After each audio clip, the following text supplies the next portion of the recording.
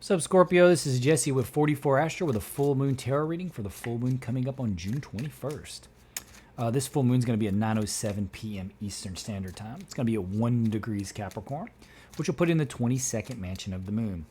You may be asking yourself, what are mansions of the moon? Well, all ritual magic, all magic, is based off of the movements of the moon in specific mansions.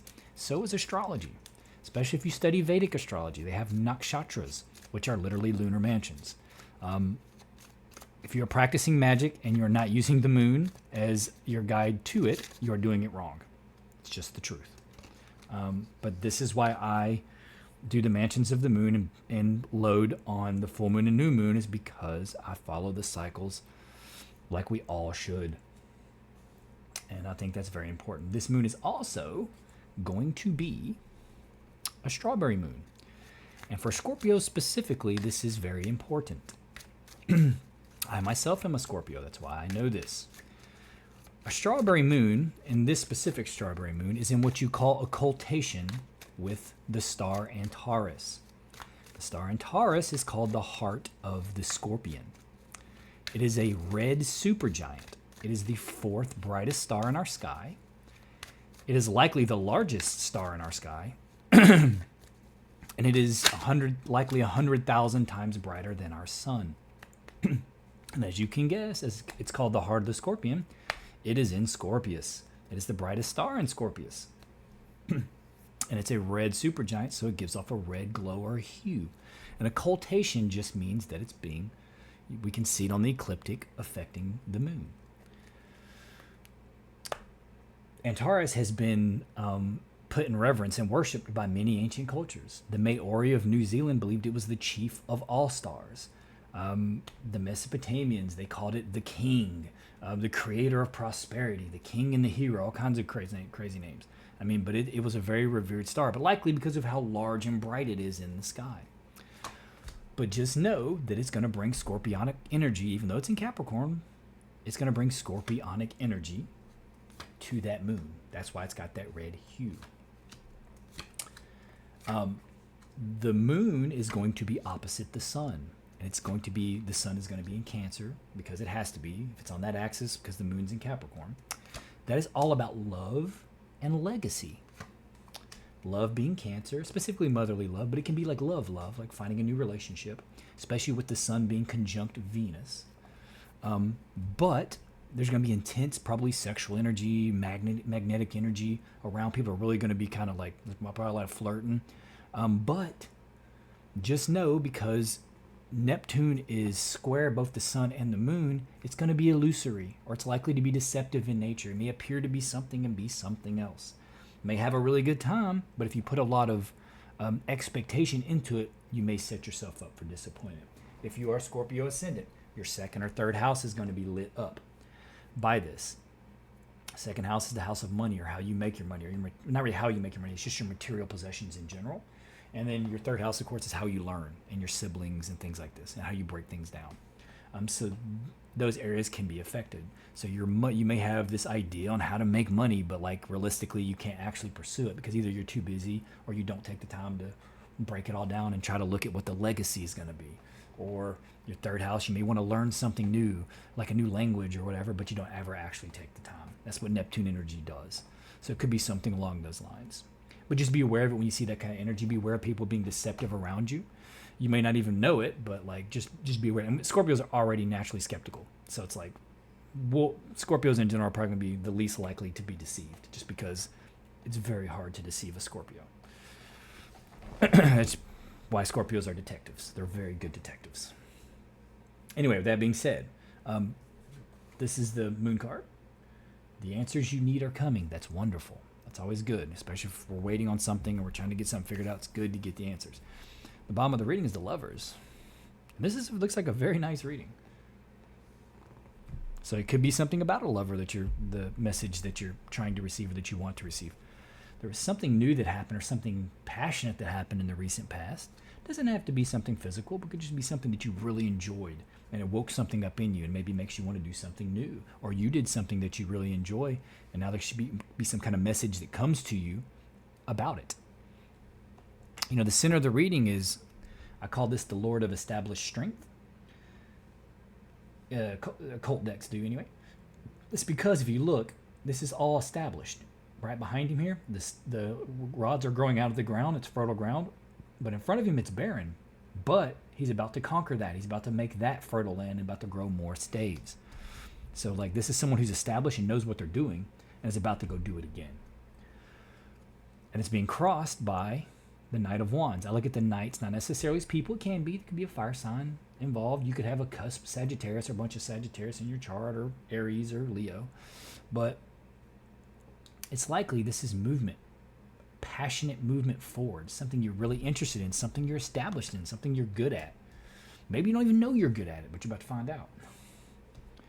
You know, you're crowned by the Hanged Man, but this card makes people think, oh, it's about being stuck. It's also about new perspectives. And this is if you look at this card in occult decks, it is like one of the most occult cards there is. This is initiation. This is enlightenment. There's so much that goes on with this card. It's a very, very occult card. Even in this deck. I mean, he is sitting there upside down. Looks like he's stuck, but look at his head. It's glowing. It's bright. He sees. He's illuminated. So this is some kind of like, boom. This could be a light that comes on. Like I'm saying, like it could be something you're good at you didn't even know you were good at. It just kind of comes out of nowhere. Like, wow, you know, I really got a knack for this. And it just takes off. It looks like some of you are feeling like you're working really hard or overworked or just tired in general. It doesn't have to necessarily be from work. I mean, there's so many things in life that can tire us out. Just doing too much. Just go, go, go, go, go. It can tire you out. It makes you feel like this. This is your unconscious influence. You may be feeling drained or just kind of like overexerted. It could be mentally, it could be emotionally, it could be physically. But in the near future, 10 of Cups, happy home card, the rainbow, the light at the end of the tunnel. Well, actually, we want to go to that light, especially since Scorpio rules death. Be careful walking into that light. But yeah, look at that. The rainbow, the family, the happiness, everything you've ever wanted. This looks very good. The answers you need are coming, and it looks like it's going to bring something very nice with it. This is you right now. It looks like you're being generous. Looks like you're giving a lot. Looks like the people that you love, you have a good relationship with. There's a good give and take, specifically with people from your past or like family or the kids around you, any of that. Because these are kind of like kids, but they're very generous and happy kids, and they're giving. So you may be very giving right now. It looks like specifically you're giving a lot of your time and energy to something. But whatever it is, it's going to pay off. Maybe you're just taking care of your family. You're working hard, you know, whether you're a mom or a dad. I mean, I'm going to go ahead and say this. Mom is the hardest job in the world. I don't care. If you're a mom and you work, that's like super hard. I mean, not that being dad is easy because dad is normally the working all the time anyway. But I've seen enough of my life to know that the hardest job on the planet is mom. You'll never knock me off that. No one will ever knock me off that. I don't even care. I mean, unless you were one of the people that built the pyramids.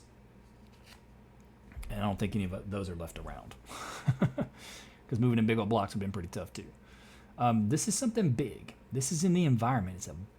This is big. This is like, it could be social media. Maybe you discovered on social media something big like that. Maybe you're like, you started streaming or started uploading videos. You're like, wow, people like me. Like, I didn't see that coming. Or you didn't even, that wasn't your intention at all of whatever you uploaded, or maybe not even uploaded. Just somehow you got discovered in some way. And you're like, wow, didn't see that coming. But this is something big. It's like a big corporation. Spiritual too. This is, the Hierophant is the individual that interprets the will of God, you know. So it's something big. This is big. This could be like from the big man. When I say big man, I mean there's no gender for something that we can't even comprehend, right? God precedes gender, so take away everything I say with a grain of salt. It's just always in any religious text mentioned as he. Even though if you actually think about it, if something was birthed, if creation was birthed, and if you really know anything about the occult, they worship the mother. Why do you think all Freemasons are widows' sons? Anyway, I'm not going to go any further than that, just because I'm not going to say too much more about that. But this is very big. Something very big. The advice: use your money wisely. If this brings a big opportunity to you, take the money. Definitely don't let pride get in you or anything like that. If there's a big opportunity here, this looks like a big opportunity. This is like, take the money. Like, that's the hand holding the money. Take the money. There's some kind of big opportunity that's going to bring you this opportunity and money. Take the money. Use it wisely. Use the money wisely. And also invest or multiply your money. do things with your money that are like not just beneficial for yourself. You want to help others where you can, but you also need to multiply that money. Use that money to make yourself more wealthy. There's all kinds of ways you can do that. If you have some kind of lump sum of money come to you in some way, this opportunity looks like a big opportunity. Use it wisely. Use it well, because they're like whatever this is that's happening, these answers that are coming are leading to this.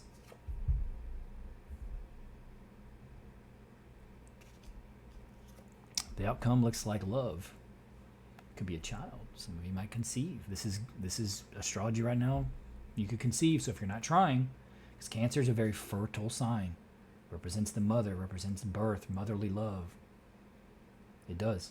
So be very careful. That's where the sun is, and it's touching the moon opposite in Capricorn.